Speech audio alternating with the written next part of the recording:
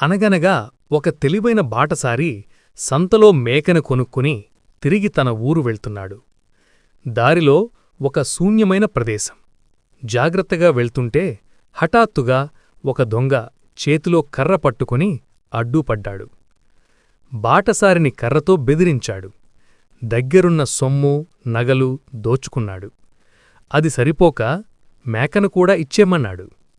బాటసారి దొంగ అడిగినవన్నీ ఇచ్చి దొంగతో, బదులుగా నీ కర్ర నాకిస్తావా అని అడిగాడు.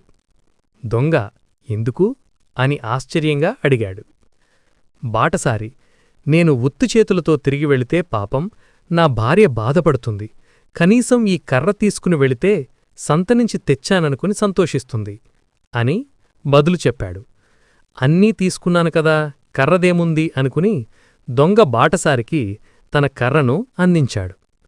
ఇంకేముంది, బాటసారి కర్రతో దొంగని ఠపీ ఠపీ ఇటో 4 అటో 4 దెబ్బలు తగిలించి తన సొమ్ము, నగలు, మేక అన్నీ తిరిగి తీసుకున్నాడు.